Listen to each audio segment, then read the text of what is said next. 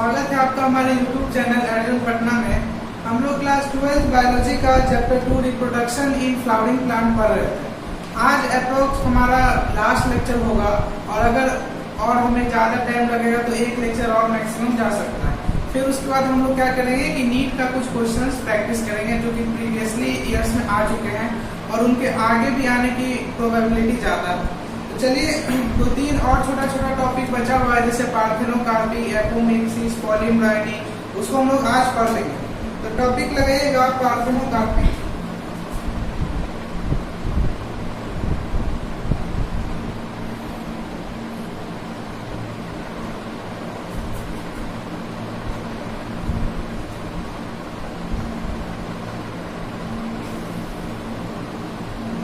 Parthenocarpy and parthenocarpic fruit क्या होता है अब ये देखिए।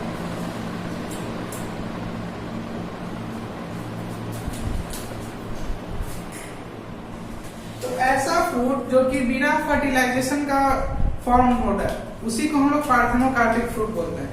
मतलब कि बिना फर्टिलाइजेशन, जैसे अगर ओव्यूल है, ओव्यूल के अंदर क्या है, एग सेल प्रेजेंट है, सिनर्जी प्रेजेंट है, एंटीपोलर सेल प्रेजेंट है, पोलर न्यूक्लियर प्रेजेंट है। तो फर्टिलाइजेशन कब होगा? जब मेल गैमेट आएगा और फ्यूज करेगा एक सेल के साथ तो जायगोट का फॉर्मेशन होगा। उसी को हम लोग क्या बोलते हैं? फर्टिलाइजेशन बोलते हैं। लेकिन पार्थेनोकार्पिक फ्रूट वह फ्रूट होता है जिसमें कि फर्टिलाइजेशन नहीं हो पाता है, यानी मेल गैमेट और फीमेल गैमेट दोनों आपस में फ्यूज नहीं कर पाता है और बिना फ्यूज किए ही क्या होता है कि फ्रूट का फॉर्मेशन हो जाता है। कभी कभी ऐसा भी होता है, मैक्सिमम केस में ऐसा नहीं होता है, लेकिन ये क्या होता है कि पार्थेनोकार्पी हम लोग आर्टिफिशियली भी कर सकते हैं। तो चलिए सबसे पहले पार्थेनोकार्पी का डेफिनेशन लिखिए। मैं भी बताऊंगा कैसे होता है parthenocarpic fruit formation. In some plants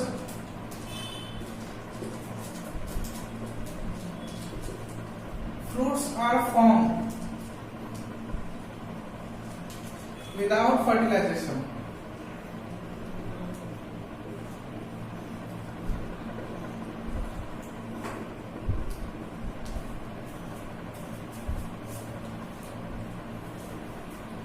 That fruit is known as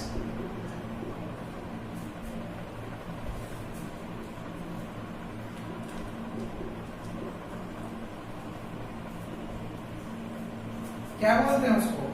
parthenocarpic fruit.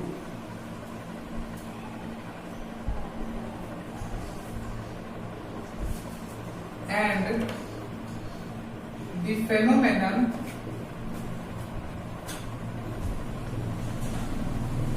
यानी कि ये जो प्रोसेस हो रहा है उसको क्या बोलेंगे? Is known as parthenocarpy.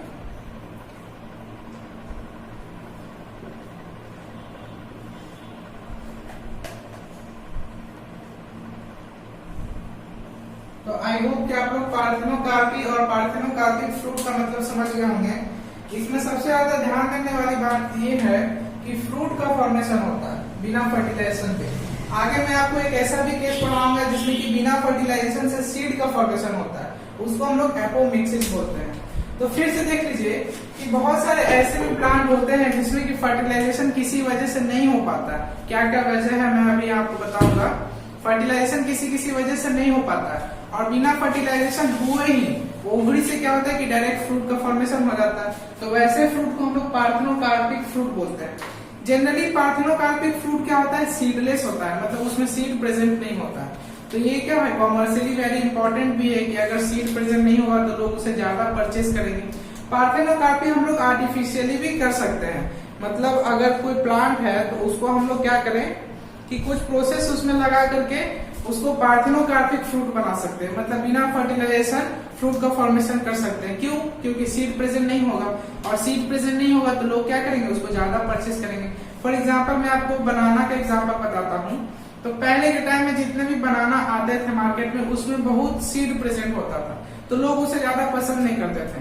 फिर क्या किया गया कि बनाना को पार्थेनोकार्पिकली आर्टिफिशियली प्रोड्यूस किया गया जिसमें कि सीड प्रेजेंट नहीं होता है। तो आज जो हम बनाना खाते हैं मार्केट से खरीद के उसमें जनरली सीड प्रेजेंट नहीं होता है और उसका लुक भी पहले वाले से कुछ ज्यादा बेटर होता है, इसलिए लोग उसे ज्यादा पसंद करते हैं। तो क्या हुआ कि पार्थेनोकार्पिक फ्रूट का क्या हुआ, कॉमर्शियली भी बहुत इंपॉर्टेंट हो गया।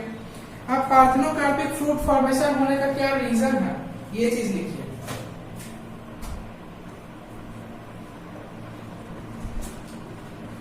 रीजन ऑफ फॉर्मेशन ऑफ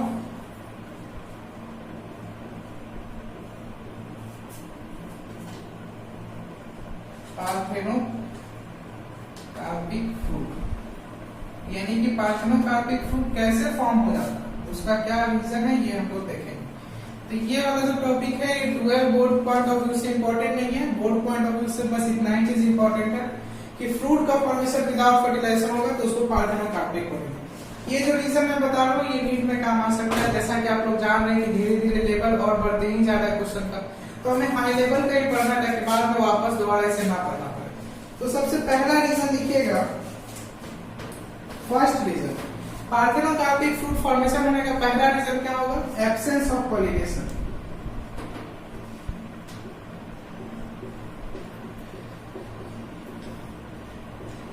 यानी कि पॉलिनेशन हुआ ही नहीं, और जब पॉलिनेशन नहीं होगा तो मेल गैमेट और फीमेल गैमेट फ्यूज नहीं करेगा, क्योंकि पॉलिन आया ही नहीं फीमेल पार्ट तक, फीमेल रिप्रोडक्टिव ऑर्गन तक पॉलिन आया ही नहीं।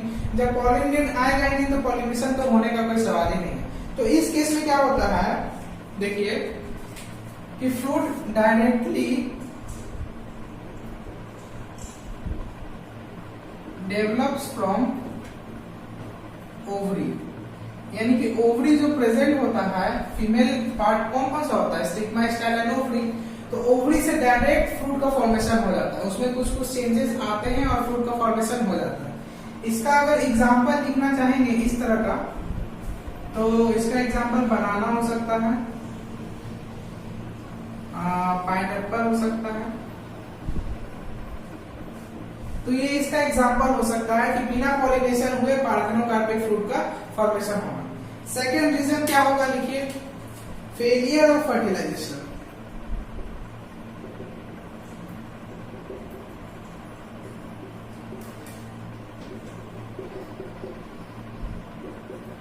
यानी कि पॉलिनेशन हुआ तो मेल गैमेट फीमेल गैमेट तक आया भी, फर्टिलाइजेशन हुआ भी, लेकिन फर्टिलाइजेशन का जो प्रोसेस है वो फेल करेगा, मतलब पूरी तरह से फर्टिलाइजेशन हो ही नहीं पाया।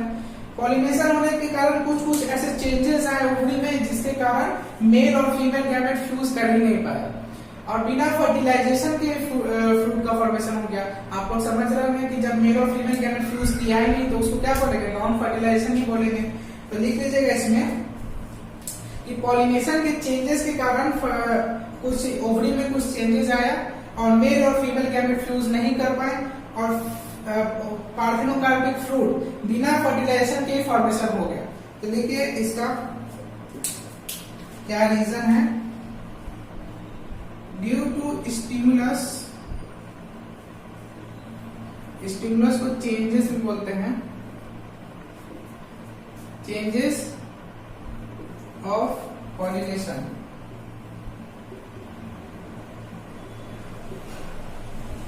एंड फ्रूट इज फॉर्म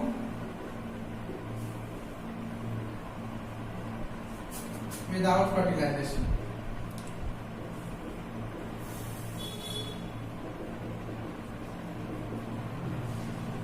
यानी कि पॉलिनेशन होने के बाद क्या हुआ कि ओवरी में कुछ कुछ चेंजेस आ गए। स्टिमुलस मतलब होता है चेंज, ओवरी में कुछ चेंज आया जिसके वजह से मेल गैमेट और फीमेल गैमेट आपस में फ्यूज नहीं कर पाया, और बिना फ्यूज किए ही यानी बिना फर्टिलाइजेशन किए ही फ्रूट का फॉर्मेशन हो गया। तो ऐसे फ्रूट को हम लोग पार्थेनोकार्पिक फ्रूट बोलेंगे। इसका अगर आप लोग एग्जांपल लिखना चाहें तो इसका एग्जांपल लिख लीजिए, ऑर्किड होगा। ये सब चीजों में लिखवा रहा हूँ वो नीट के लिए इंपॉर्टेंट है, बोर्ड में ये सब चीज नहीं आएगा। थर्ड जो हमारा लास्ट रीजन है पार्थेनोकार्पिक फ्रूट फॉर्मेशन का, वो हो जाएगा जायगोट स्टेरिलिटी।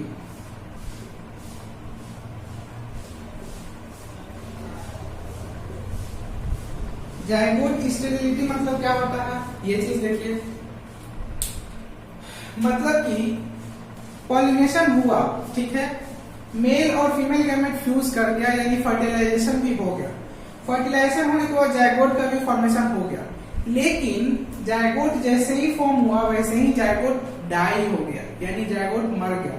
यानी कि क्या हुआ, जायगोट का एबॉर्शन हो गया। आप लोग ह्यूमन के केस में भी आप लोग पढ़े होंगे कि एबॉर्शन होता है, उसी तरह से जायगोट मर गया, डाई कर गया। मतलब जायगोट जो डिप्लॉयड सेल फॉर्मेशन हुआ था वो सेल क्या हो गया, डेड हो गया, डेड सेल। और उस सेल के डेड होने के कारण क्या हुआ कि फ्रूट का फॉर्मेशन हो गया। तो उस तरह के फ्रूट को फॉर्मेशन को हम लोग क्या बोलते हैं, पार्थेनोकार्पिक फ्रूट बोलते हैं, जायगोट स्टेरिलिटी के केस में। तो लिख लीजिएगा इसका रीजन क्या होगा,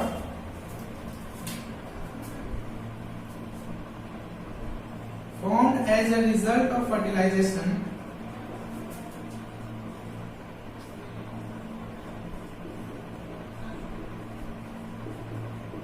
यानी कि फर्टिलाइजेशन तो हुआ, उसके बाद क्या हुआ, followed by abortion of zygote, यानी जायगोट का जो सेल था जो कि क्या था, डिप्लॉयड था, वो डेड कर गया। इसका अगर आप लोग एग्जांपल लिखना चाहें तो इसका एग्जांपल हो जाएगा ग्रेप्स। अब एक और टॉपिक है कि इंपॉर्टेंट ऑफ पार्थेनोकार्पिक फ्रूट, तो वो टॉपिक मैं लिखवा नहीं रहा हूं, वो तो आप लोग समझ ही रहे होंगे कि पार्थेनोकार्पिक फ्रूट से क्या होता है, सीडलेस फ्रूट का फॉर्मेशन होता है, और जब फ्रूट ही सीडलेस होगा तो उसका कितना इकोनॉमिकल वैल्यू हो जाएगा वो आप लोग समझ रहे होंगे, उसका कितना हाई डिमांड हो जाएगा। क्योंकि लोगों को क्या होता है कि सीडलेस फ्रूट, सीड वाले फ्रूट क्या होते हैं, पसंद नहीं होते। जैसे बनाना के केस में देखिए ना, अगर बनाना आप खा रहे हैं, आपको सीड मिल जाए तो कैसा लगेगा, नहीं अच्छा लगेगा। वही अगर बिना सीडलेस फ्रूट हम लोग को मिल गया तो उसका हम लोग कोई अदर इंग्रेडिएंट भी बना सकते हैं बहुत ही आसानी से। इसलिए क्या होता है कि पार्थेनोकार्पिक फ्रूट का डिमांड बहुत ज्यादा है मार्केट में, इसलिए इसका इकोनॉमिकल वैल्यू भी बहुत ज्यादा है। अब चलिए हम लोग नेक्स्ट टॉपिक के ऊपर बढ़ते हैं, जो कि हमारा एपोमिक्सिस।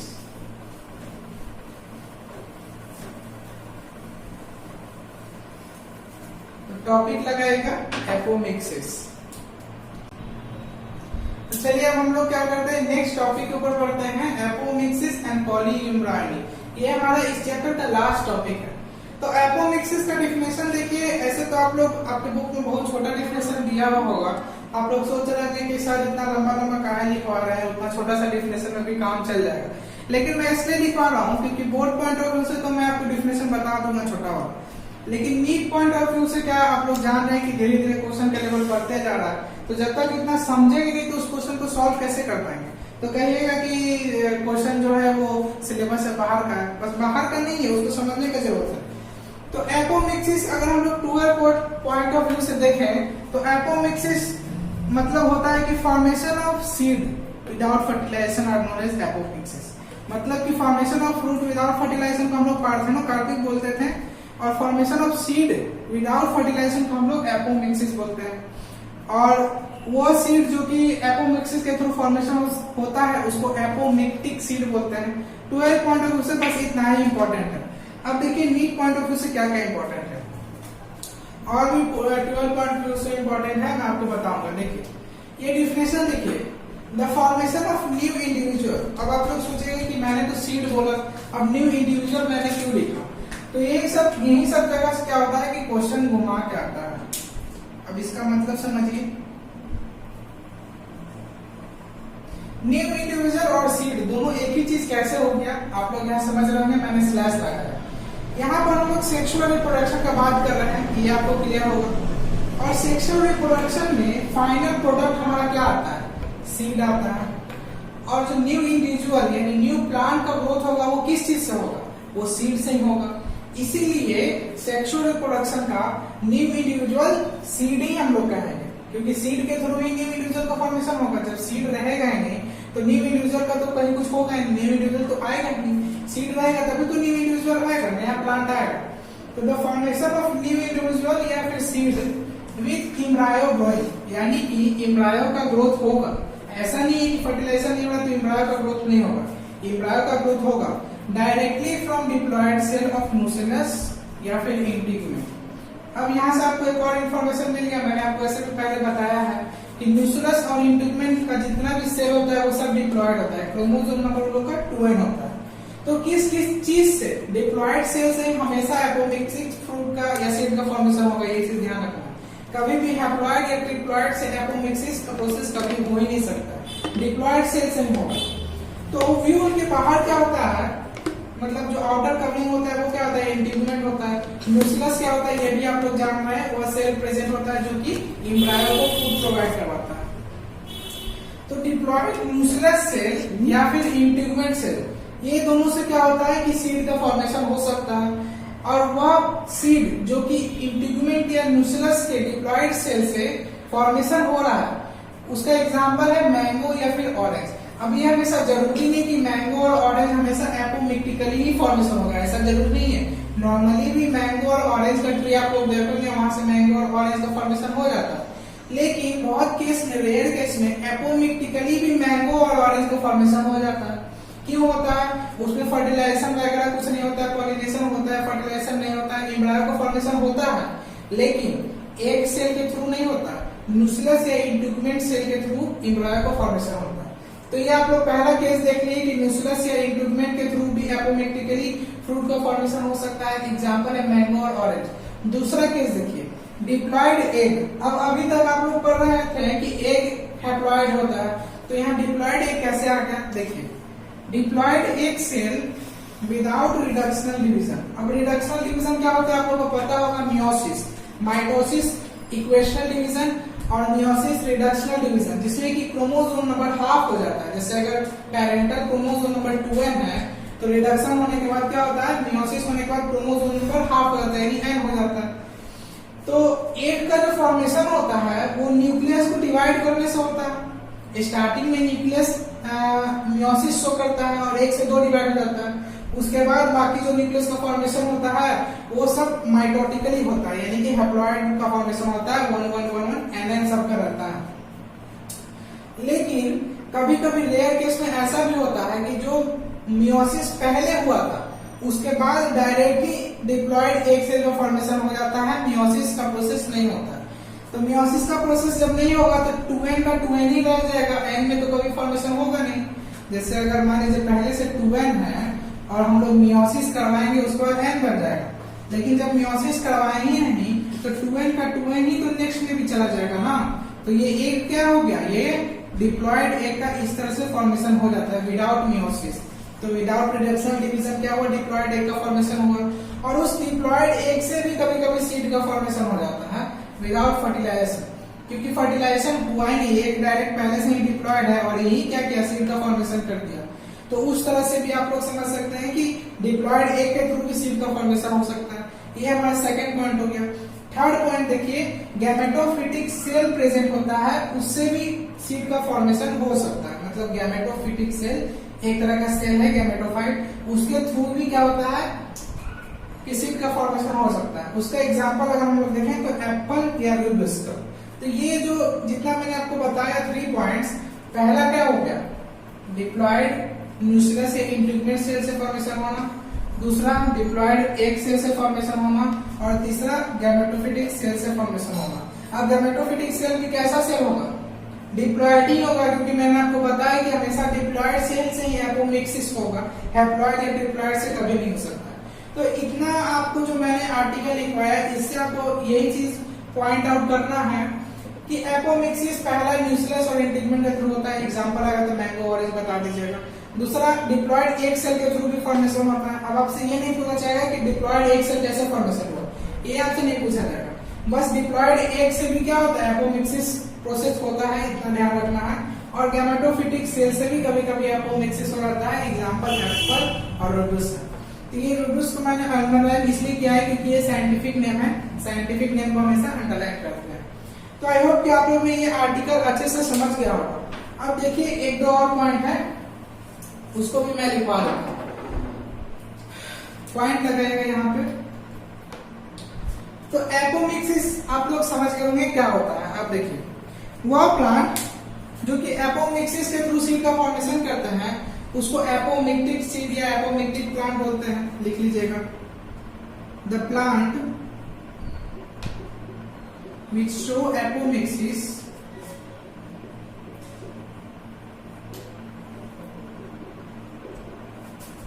आर कॉल्ड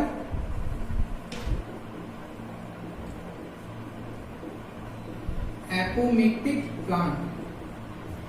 तो वैसा प्लांट जो कि एपोमिक्सिस के प्रोसेस के थ्रू क्या करे, सीड का फॉर्मेशन करे, उसको एपोमिक्टिक प्लांट भी बोलते हैं। ये चीज ध्यान रखना।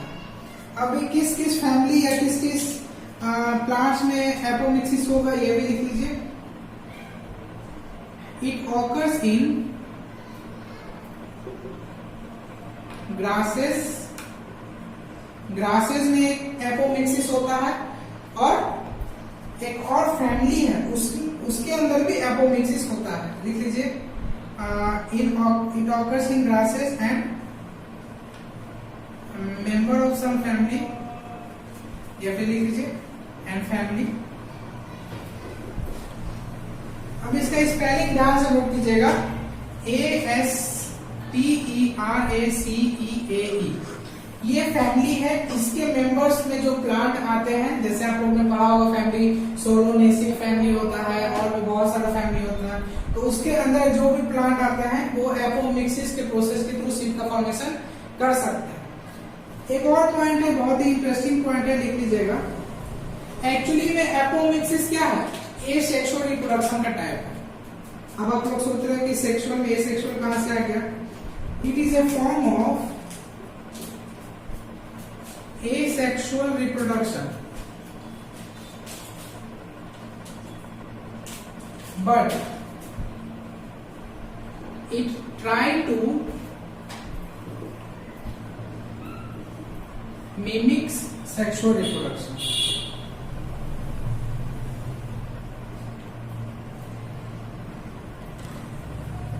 अब इस पॉइंट का मतलब समझिए। मैंने एसेक्सुअल रिप्रोडक्शन क्यों लिखा? क्योंकि एसेक्सुअल रिप्रोडक्शन में फर्टिलाइजेशन का कोई जरूरी नहीं होता। हमेशा सेक्सुअल रिप्रोडक्शन के अंदर ही मेल और फीमेल गैमेट आएगा, फ्यूज करेगा और फर्टिलाइजेशन होगा। तो उस तरह से आप लोग देखें तो एपोमिक्सिस एसेक्सुअल रिप्रोडक्शन हो गया, जो कि एक्चुअली में है भी एक सेक्सुअल रिप्रोडक्शन का ही एक टाइप है एपोमिक्सिस, क्योंकि इसमें भी फर्टिलाइजेशन नहीं हो रहा है। लेकिन एपोमिक्सिस ट्राई करता है कॉपी करने का सेक्सुअल रिप्रोडक्शन की तरफ। क्यों? इसका मतलब क्या हुआ, ये देखिए। सेक्सुअल रिप्रोडक्शन का फाइनल प्रोडक्ट क्या होता है? सीड होता है, सीड का फॉर्मेशन होता है। और एपोमिक्सिस के थ्रू भी क्या हो रहा है? सीड का फॉर्मेशन हो रहा है। तो हुआ ना, कॉपी किया ना सेक्सुअल रिप्रोडक्शन का। जिस मतलब सीड में कुछ चेंजेस नहीं होता है। ऐसा नहीं है कि एपोमिक्सिस के जो तरह से जो सीड का फॉर्मेशन हो वो कुछ और तरह का होगा, ऐसा नहीं है। सेक्सुअल रिप्रोडक्शन के थ्रू और एपोमिक्सिस के थ्रू जो सीड का फॉर्मेशन होगा वो बिल्कुल सेम होगा। तो इस तरह से आप लोग समझ गए होंगे कि एपोमिक्सिस एक्चुअली में है तो एसेक्सुअल रिप्रोडक्शन का टाइप, लेकिन ट्राई करता है कॉपी करने के लिए सेक्सुअल रिप्रोडक्शन का टाइप के लिए, सीड का फॉर्मेशन करने के लिए। अब एपोमिक्सिस दो तरह का होता है, इसका दो टाइप है, उसको आप लोग लिखिएगा।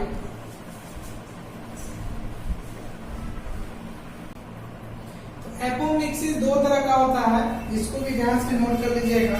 12 के लिए बिल्कुल भी इंपॉर्टेंट नहीं है, नीट में से क्वेश्चन आ सकता है। Apomixis is of two type.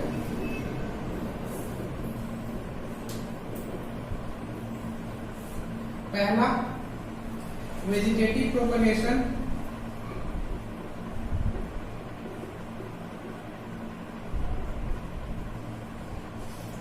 Vegetative propagation के बारे में आप लोग पहले पढ़ चुके हैं, लेकिन वो वाला वेजिटेटिव प्रोपगेशन ये नहीं है।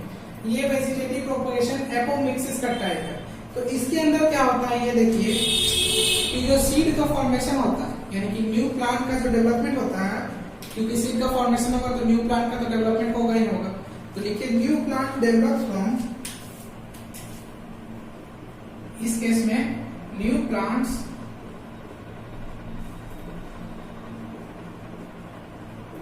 develops from leaf, bud, stem, root, etc. यानी कि प्लांट्स का पार्ट से डायरेक्टली नया प्लांट का ग्रोथ हो जाता है। एक चीज और इसमें लिख लीजिए, no seed is form and formation of flower is not required। यानी कि इस केस में सीड का फॉर्मेशन नहीं होता, मतलब कि जो ये सेक्सुअल रिप्रोडक्शन होने के बाद जो फाइनल प्रोडक्ट आता है, फर्टिलाइजेशन, पॉलिनेशन, ये सब होने के बाद सीड का फॉर्मेशन होता है। तो इस केस में क्या होता है कि सीड का फॉर्मेशन पहले से नहीं होता और फ्लावर का भी कोई जरूरत नहीं होता है फॉर्मेशन, क्योंकि फ्लावर जब सेक्सुअल रिप्रोडक्शन की जरूरत ही नहीं है, फर्टिलाइजेशन की जरूरत ही नहीं है, तो फ्लावर होना ना होना बात बराबर ही है, इसलिए फ्लावर का इसमें कोई रिक्वायरमेंट नहीं होता वेजिटेटिव प्रोपगेशन में। और सीड का फॉर्मेशन भी नहीं होता है। जो नया प्लांट का ग्रोथ होता है वो प्लांट का पार्ट से ही ग्रोथ हो जाता है। मतलब अगर कोई रूट है मान लीजिए और रूट से डायरेक्ट नया प्लांट निकल गया, या फिर लीफ है, लीफ से डायरेक्ट कोई नया प्लांट निकलने लगा, स्टेम है, स्टेम से डायरेक्ट कोई नया प्लांट निकलने लगा, उसको हम लोग बोलेंगे वेजिटेटिव प्रोपगेशन। इसमें सीड का कोई जरूरत नहीं है, फ्लावर का कोई जरूरत नहीं है, डायरेक्ट प्लांट का पार्ट से ही क्या होता है कि प्लांट नया प्लांट का ग्रोथ होने लगता है। जैसे मान लीजिए कि मैं ये एक थोड़ा सा बताता हूँ, ये हो गया सरफेस सॉइल का और ये हमारा स्टेम हो गया। तो स्टेम से क्या होता है कि डायरेक्टली नया प्लांट का इस तरह से ग्रोथ होने लगता है और ये एक नया प्लांट बन जाता है। ये जो मैंने बनाया ये इस प्लांट का ब्रांच नहीं है, ये एक नया प्लांट का फॉर्मेशन हो गया। तो इसी को हम लोग बोलते हैं वेजिटेटिव प्रोपगेशन, एपोमिक्सिस का टाइप। दूसरा जो हमारा टाइप है उसको बोलते हैं एगेमोस्पर्मी। इसका मतलब क्या होता है देखिए,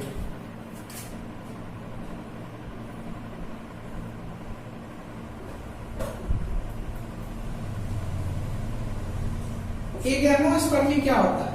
तो एगेमोस्पर्मी के केस में क्या होता है कि हैप्लॉइड गैमेट का कभी भी फॉर्मेशन नहीं होता। जैसे आप लोग जानते हैं कि एग का या फिर पोलर न्यूक्लियाई वो सब क्या होता है, हैप्लॉइड न्यूक्लियस होता है, और जो मेल गैमेट का फॉर्मेशन होता है पोलन ट्यूब के द्वारा वो भी क्या होता है, हैप्लॉइड ही होता है। तो एगेमोस्पर्मी के केस में हैप्लॉइड गैमेट का कभी भी फॉर्मेशन नहीं होता। ये चीज ध्यान से नोट कर लीजिएगा यहाँ पे। इन दिस केस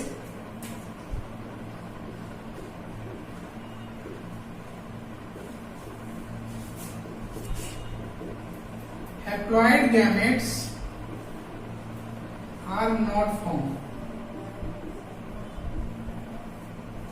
और जब गैमेट का फॉर्मेशन होगा ही नहीं तो फर्टिलाइजेशन का तो कोई चांस ही नहीं है। इस केस में क्या होता है एगेमोस्पर्मी के केस में कि डायरेक्ट मियोसिस टेक्स प्लेस करता है, और मियोसिस होने के कारण ही क्या होता है कि सीड का फॉर्मेशन या नया प्लांट का फॉर्मेशन हो जाता है। इसमें कोई गैमेट का कोई रोल नहीं है एगेमोस्पर्मी के केस में। अगर इसका भी हम लोग टाइप से देखें तो ये भी ब्रॉडली 2 टर्म में डिवाइडेड है। ऐसे तो इसका 5 या 6 टाइप है, लेकिन 2 टाइप आपके लिए बहुत इंपॉर्टेंट है, उसको जानना ज्यादा जरूरी है। तो लिखिएगा टाइप्स ऑफ एगेमोस्पर्मी।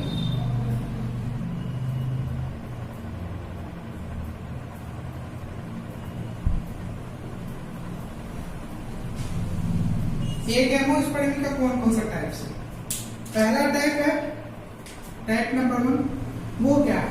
तो फर्स्ट टाइप आप लोग नोट कीजिएगा एडवेंटिव एम्ब्रायोनी।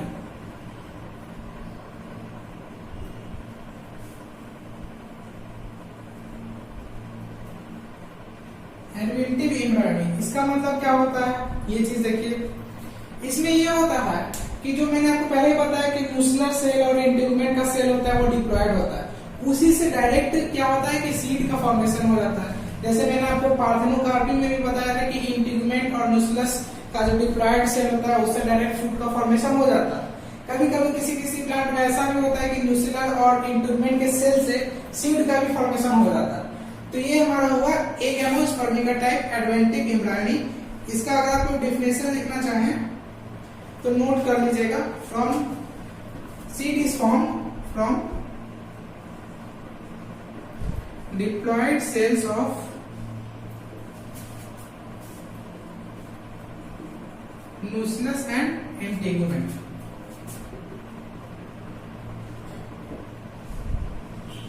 यानी कि इंटीग्यूमेंट और न्यूक्लियस का जो सेल है वो भी कितना इंपॉर्टेंट है आप लोग देख रहे हैं। इसमें एक चीज और लिख लीजिएगा, integument but never from egg. Egg से कभी भी एडवेंटिव एम्ब्रायोनी टेक्स प्लेस नहीं करेगा, चाहे एग हैप्लॉयड हो चाहे तो एग डिप्लॉयड हो, दोनों ही केस में एडवेंटिव एम्ब्रायोनी कभी भी नहीं होगा। वो हमारे नेक्स्ट केस में होगा जिसमें सिर्फ डिप्लॉयड एग से ही फॉर्मेशन होगा सीड का। इसका एग्जांपल लिखना चाहें तो लिख लीजिएगा सिट्रस, मैंगो। अब आप लोग सोच रहे हैं कि मैंगो तो बहुत सारे केस में एग्जांपल आया, तो बहुत तरह से मैंगो का फॉर्मेशन हो सकता है, ये चीज जान लीजिए। एक कोई प्रोसेस नहीं है। जो जनरली जो प्रोसेस होता है वो हमारा सेक्सुअल रिप्रोडक्शन के थ्रू ही होता है, सीड और फ्रूट का फॉर्मेशन। ये जो पार्थिनोकार्पी, एपोमिक्सिस, ये सब हमारा एक्सेप्शन वाले केस में आता है। तो एडवेंटिव के केस में क्या होता है, न्यूक्लियस और इंटीग्रिन के सेल से फॉर्मेशन हो जाता है सीड का, एक से कभी भी फॉर्मेशन नहीं होगा। नेक्स्ट जो हमारा टाइप है वो है रिकरेंट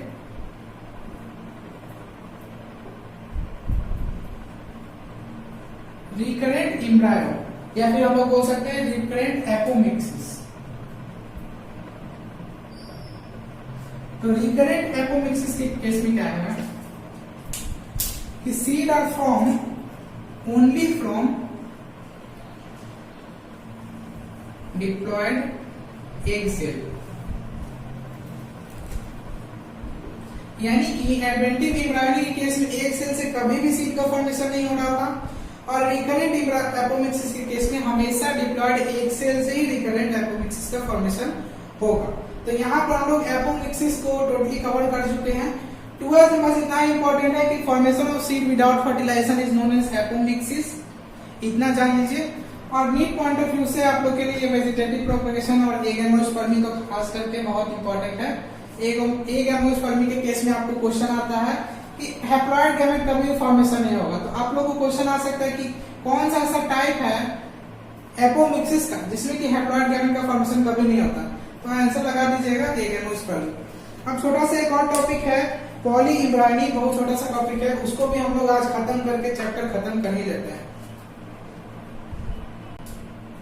तो चलिए हम लोग अपना लास्ट एक छोटा सा और टॉपिक है उसको भी खत्म कर लेते हैं, पॉली इम्ब्रायोनी।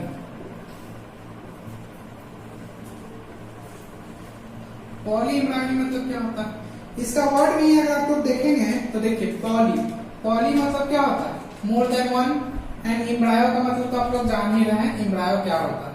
तो पॉली इम्ब्रायोनी क्या होता है कि एक फेनोमेनन है, लिख लीजिएगा, it is a phenomenon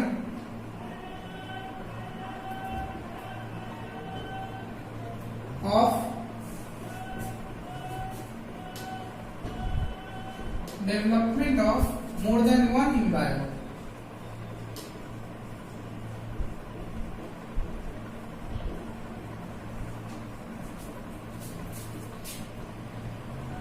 in same time.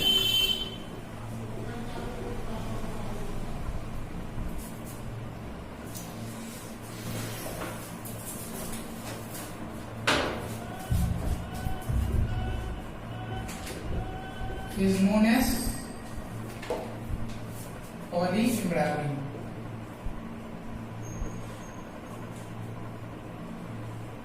यानी कि एक ही समय में एक से ज्यादा इम्ब्रायो का फॉर्मेशन होने के प्रोसेस को हम लोग क्या बोलते हैं, पॉली इम्ब्रायोनी बोलते हैं।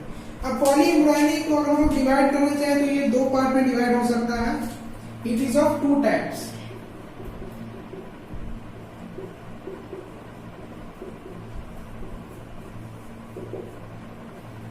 अब ये जो टाइप्स है ये भी 12 पॉइंट और दूसरे इंपॉर्टेंट नहीं है, 12 के लिए बस ये डिफिनेशन ही इंपॉर्टेंट है। और पॉली इम्ब्रायोनी का क्या क्या यूजेस है, एडवांटेज है, वो इंपॉर्टेंट है। ये जो मैं टाइप बता रहा हूँ ये नीट के लिए इंपॉर्टेंट। तो पॉली इम्ब्रायोनी क्या होता है, दो तरह का पॉली इम्ब्रायोनी होता है। It is of two types. First type जो है हमारा वो होगा ट्रू पॉली इम्ब्रायोनी, और सेकंड तो जान ही रहे हैं फॉल्स पॉली इम्ब्रायोनी। अब ट्रू पॉली इम्ब्रायोनी और फॉल्स पॉली इम्ब्रायोनी का मतलब क्या होता है ये समझिए।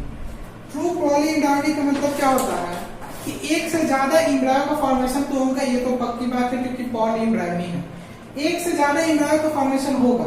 लेकिन ट्रू पॉली इम्ब्रायोनी के केस में क्या होता है कि एक से ज्यादा इम्ब्रायो का फॉर्मेशन होता है with in same embryo set, मतलब इम्ब्रायो सेट एक ही रहता है, उसी के अंदर बहुत सारा इम्ब्रायो का फॉर्मेशन हो जाता है। वहीं अगर हम फॉल्स पॉली इम्ब्रायोनी का बात करें तो ठीक इसका उल्टा होगा, यानी कि अलग अलग ढेर सारा पॉली इम्ब्रायो का मतलब इम्ब्रायो का फॉर्मेशन हो जाएगा बहुत सारा, और सारा इम्ब्रायो का अपना अपना अलग अलग इम्ब्रायो सेट प्रेजेंट होगा। तो इसका डिफिनेशन लिख लीजिएगा,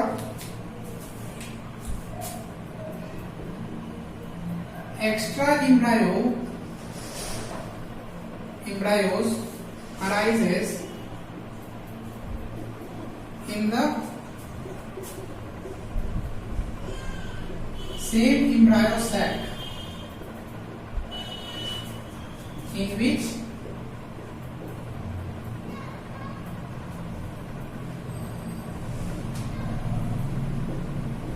zygotic embryo are present। यानी कि वह एम्ब्रायो सैक जिसमें कि जायगोटिक एम्ब्रायो डेवलप कर रहा है, जायगोट फॉर्मेशन होने के बाद जो एम्ब्रायो का फॉर्मेशन हुआ है, मतलब कि फर्टिलाइजेशन होने के बाद जायगोट का फॉर्मेशन हुआ और उससे जो एम्ब्रायो का फॉर्मेशन जिस एम्ब्रायो सैक में हो रहा है उसी एम्ब्रायो सैक में एक से ज्यादा और भी एम्ब्रायो का फॉर्मेशन हो जाता है। यानी कि ध्यान देने वाली बात यह है कि एम्ब्रायो सैक सेम होगा ट्रू पॉलीएम्ब्रायो के केस में, और सेकंड जो हमारा है वो फॉल्स पॉलीएम्ब्रायो।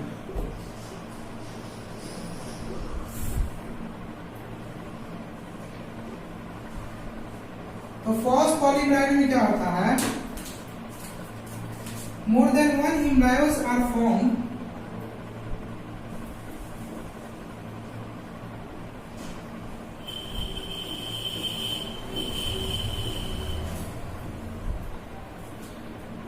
with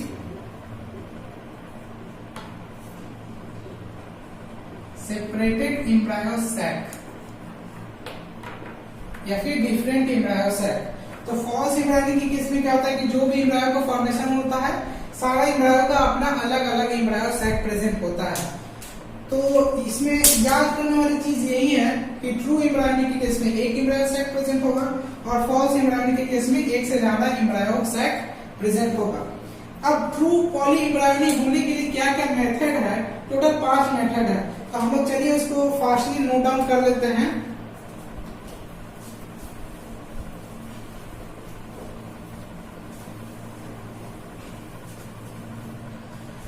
चलिए लिखिएगा मेथड्स ऑफ पॉली एम्ब्रायो।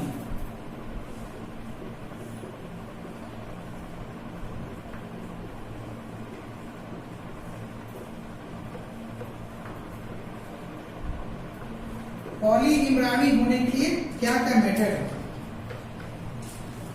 पहला पॉइंट यानी कि पहला मेथड क्या है, क्लीवेज ऑफ पॉली एम्ब्रायो, यानी कि क्लीवेज पॉली एम्ब्रायो। इसका मतलब क्या होता है मैं बताता हूं।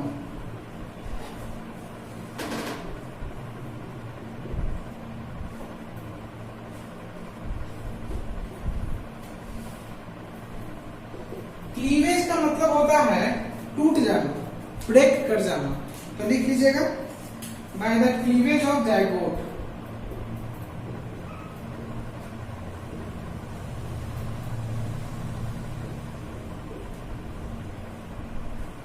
यानी कि इस केस में जो जायगोट का फॉर्मेशन होता है, जैसे अगर मान लीजिए कि ये जायगोट है, ये क्या हुआ कि 1 2 3 4 इस तरह से 8 पार्ट में क्या हुआ कि टूट गया, इसका क्लीवेज हो गया, कट हो गया। और कट होने के बाद ये 8 पार्ट क्या हुआ कि अलग अलग जायगोट बन गया। अब ये 8 अलग अलग जायगोट बन गया तो ये 8 अलग अलग एम्ब्रायो का फॉर्मेशन करेगा। तो हुआ ना poly embryo. Cleavage poly embryo का मतलब क्या होता है कि जायगोट टूट जाना और उससे बहुत सारे जायगोट का फॉर्मेशन हो जाना और हर एक जायगोट अपना अपना एम्ब्रायो बना लेगा। तो एक से ज्यादा एम्ब्रायो का फॉर्मेशन हो गया, पहला मेथड। दूसरा क्या होता है,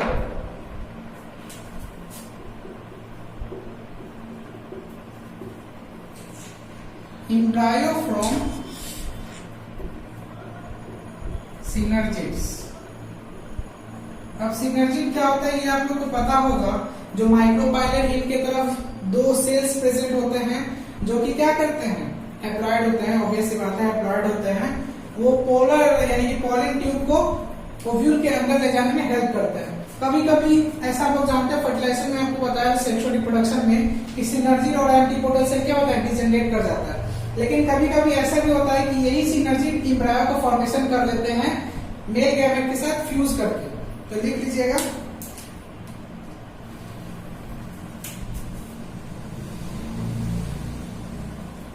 synergids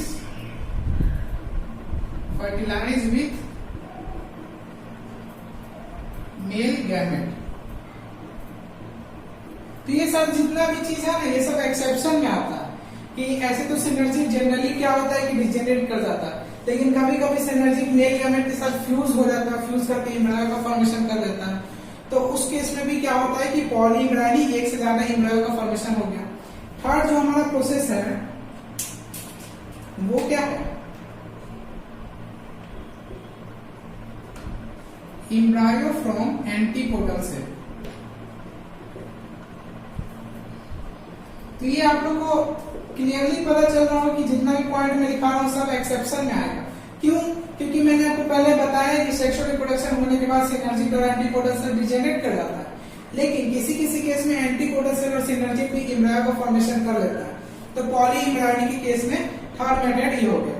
फोर्थ मेथड हमारा हो सकता है एम्ब्रायो फ्रॉम एंडोस्पर्म,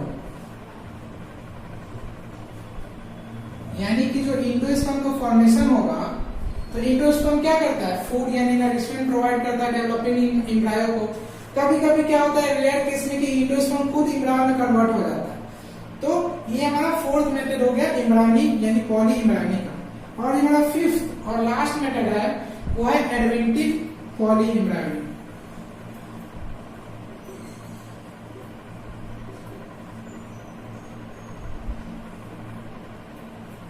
तो मैंने आपको पहले भी एडवेंटिव के बारे में बता चुका है। एडवेंटिव क्या था, वो एपोमिक्सिस था, एडवेंटिव पार्थेनोकार्पिक था, एडवेंटिव पॉली एम्ब्रायोनिक भी होता है। तो इस केस में क्या होता है, फ्रॉम यानी कि एम्ब्रायो का फॉर्मेशन होता है फ्रॉम डिप्लॉयड स्पोरोफिटिक सेल।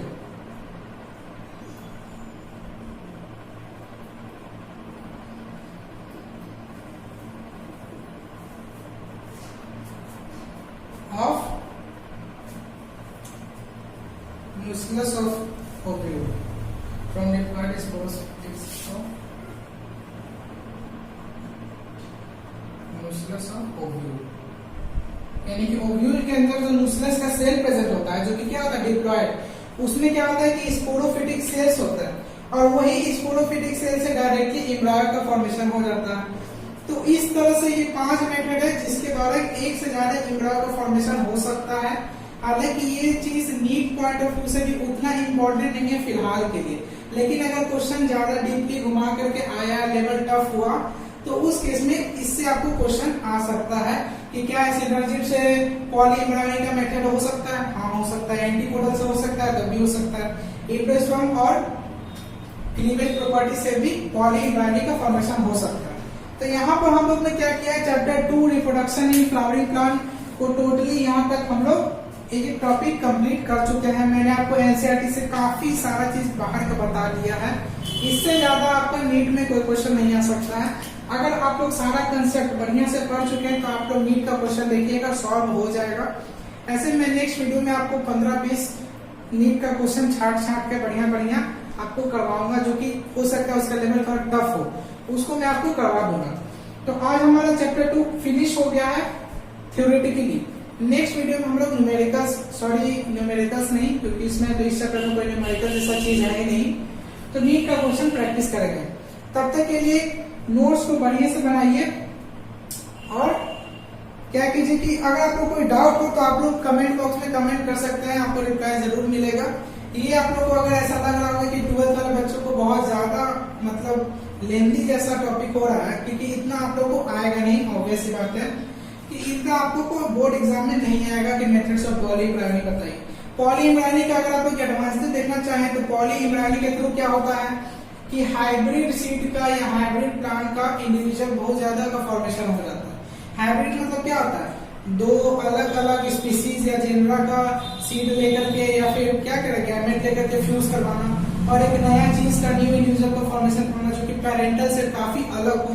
तो hybrid crops, hybrid plants poly embryonic और एपोमिक्सिस के थ्रू काफी ज्यादा ग्रो किए जाते हैं, जो कि फार्मर्स के लिए बहुत ज्यादा फायदेमंद साबित होते हैं।